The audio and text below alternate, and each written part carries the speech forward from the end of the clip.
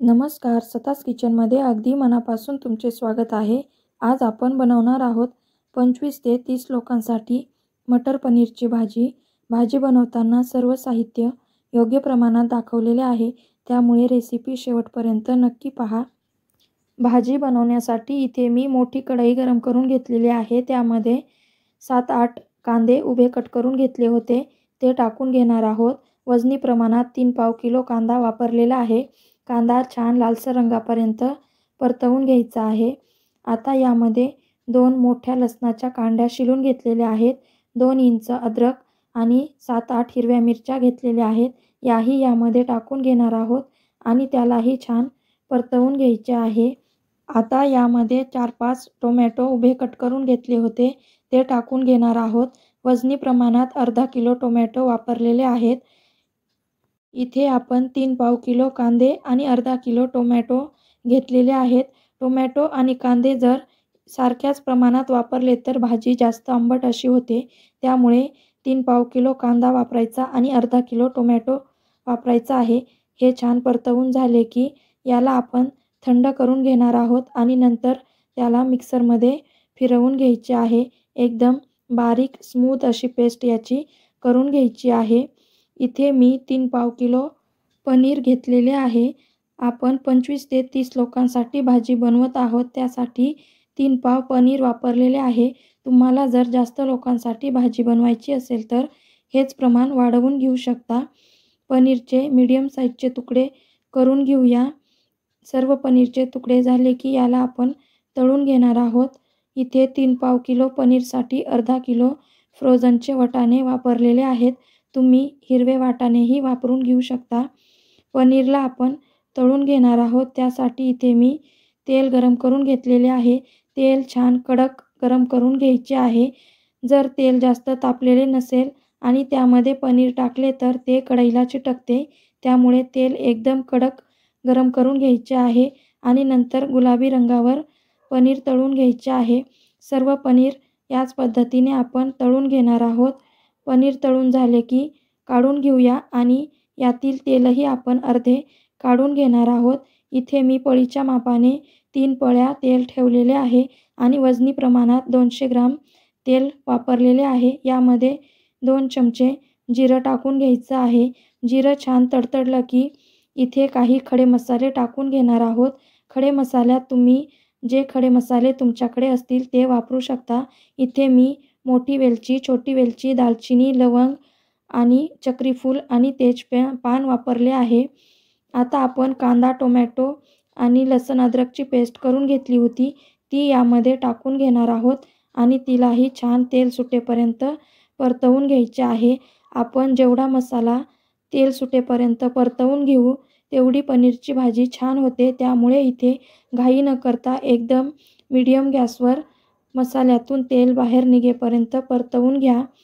छान मसाला परतवून झाला की यामध्ये पावडर मसाले टाकून घ्यायचे आहेत। त्या अगोदर इथे मी 15-16 काजू अर्धा तास पाण्यामध्ये भिजवून घेतले होते, त्याला मिक्सरमध्ये फिरवून घेणार आहोत। वजनी प्रमाणात 50 ग्रॅम काजू वापरलेले आहेत। इथे तुम्ही काजूच्या ऐवजी मगजबीही वापरू शकता। याला छान बारीक स्मूथ असे मिक्सरमध्ये फिरवून घेऊया। कांदा, टोमॅटो छान तेल सुटेपर्यंत परतवले गेले आहे। यामध्ये पावडर मसाले टाकून घेणार आहोत। पावडर मसाल्यामध्ये 1 चमचा हळदीची पावडर, 3 चमचे लाल मिरचीची पावडर आणि 7-8 चमचे पनीर मसाला घेतला होता, तो टाकून घेणार आहोत। इथे मी पोहे खायच्या चमच्याने सर्व मसाले मोजलेले आहेत आणि वजनी प्रमाण डिस्क्रिप्शनमध्ये दिलेले आहे। याला छान आपण परतवून घेणार आहोत। मसाले खाली लागू नाही त्यासाठी इथे मी अर्धा ग्लास पाणी टाकून घेणार आहे आणि त्याला छान परतवून घ्यायचे आहे। मसाल्यामधून तेल सुटेपर्यंत परतवून घ्यायचे आहे, त्यासाठी इथे मी एक झाकण त्याच्यावर ठेवून घेणार आहे आणि 4-5 मिनटं त्याला मीडियम गॅसवर परतवून घेणार आहोत। 4-5 मिनटं झाले की झाकण काढून घ्यायचे आहे। पाणी टाकल्यामुळे मसाले खाली लागत नाहीत, त्यामुळे पाणी टाकूनच मसाला परतवून घ्या। छान तेल सुटलेले आहे। पनीरची भाजी बनवताना जेवढा छान मसाला आपण परतवून घेऊ तेवढी छान भाजी तयार होते। एकदम हॉटेलमध्ये भाजी मिळते तशीच भाजी आपण घरीही बनवू शकतो। त्यामुळे मसाला एकदम छान असा परतवून घ्यायचा आहे। आता इथे मी आपण जे फ्रोझनचे वाटाणे घेतले होते ते यामध्ये टाकून घेणार आहोत आणि त्यालाही छान परतवून घ्यायचे आहे। तुम्ही जर हिरवे वाटाणे वापरणार असाल तर वाटाणे शिजेपर्यंत त्याला परतवून घ्या। यामध्ये आपण जी काजूची पेस्ट बनवली होती ती टाकून घेऊया आणि त्यालाही छान मिक्स करून घ्यायचे आहे। मिक्सरच्या भांड्यामध्ये थोडे पाणी टाकून घेतले आणि ते पाणी भाजीमध्ये टाकून घेतले आहे। याला छान मिक्स करून घेऊया। आता इथे मी गरम पाणी करून घेतले होते ते यामध्ये टाकून घेणार आहे आणि इथे मी 3 चमचे मीठ घेतले होते ते यामध्ये टाकून घेऊया। मीठ तुम्ही तुमच्या चवीनुसार कमी जास्त करून घ्या। आता याला छान उकळी आणून घ्यायची आहे। एक उकळी आली की यामध्ये आपण पनीरचे तुकडे टाकून घेणार आहोत। इथे मी फ्रोझनचे वाटाणे वापरलेले आहेत त्यामुळे ते लगेच शिजतात। एक उकळी आली की पनीरचे तुकडे टाकून घेऊया।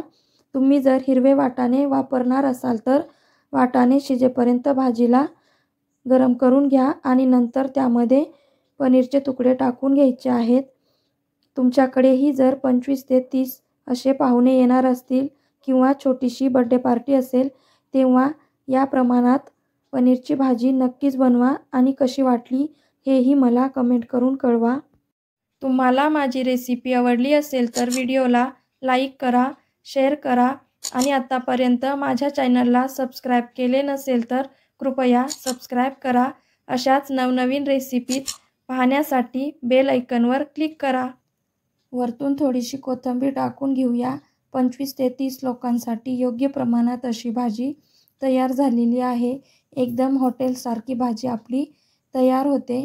तुम्हाला जर याच पद्धतीच्या आणखीन वेगवेगळ्या रेसिपी पाहिजे असतील तर मला कमेंट करून नक्की कळवा। तुम्ही ही रेसिपी वेळात वेळ काढून पाहिली त्याबद्दल तुमचे मनपूर्वक आभार। चला तर मग आपण पुन्हा अशाच सोप्या रेसिपीमध्ये भेटूया। तोपर्यंत धन्यवाद।